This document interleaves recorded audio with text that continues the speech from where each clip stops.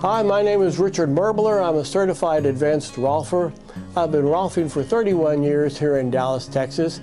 And when I was a classical guitarist and I was having a problem with my ring finger in my left hand, and the doctors told me that I had a pinched nerve. So they put a splint on my finger.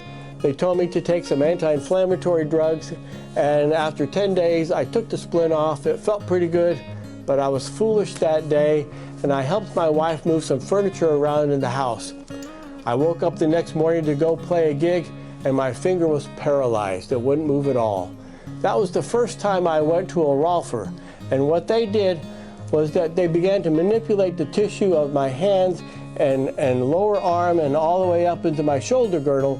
And the reason why it helps the hands is that the nerves in the body run along the side, each side of the fingers.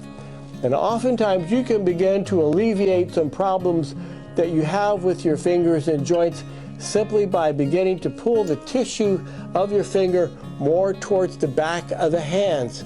Because throughout our body, all the flexor compartments, so if I'm making this sort of a movement, the flexor compartment would be this side of my arm, and as I make this kind of a movement, the tissue begins to get drawn towards this side. Even the tissue on the back of my arm will begin to migrate towards the belly of my forearm. And the same thing happens with your hands as you grasp something. All the muscles and the tendons and the ligaments and the blood vessels tend to get pulled towards the palm of the hand.